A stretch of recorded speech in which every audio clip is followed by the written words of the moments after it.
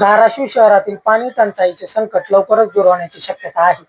शहरवासियांना आता तेरणा धरणाचे पाणी मिळणार असल्याची माहिती नगर परिषदेचे पाणी पुरवठा सभापती विलास बापू लोंढे यांनी दिली आहे।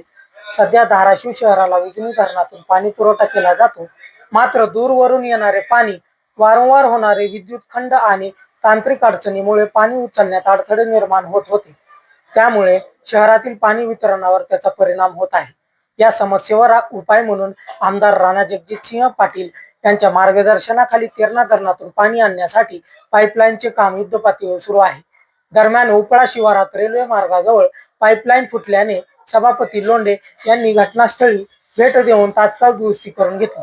पाईपलाईनचे काम आणि टेस्टिंग पूर्ण झाल्यानंतर तेरणा धरणातून दररोज नियमितपणे पाणी उचलले जाणार असून त्यामुळे धाराशिव शहरातील पाणी पुरवठा सुरळीत होणार असल्याचा विश्वास सभापती विलास बापू लोंढे यांनी व्यक्त केला आहे।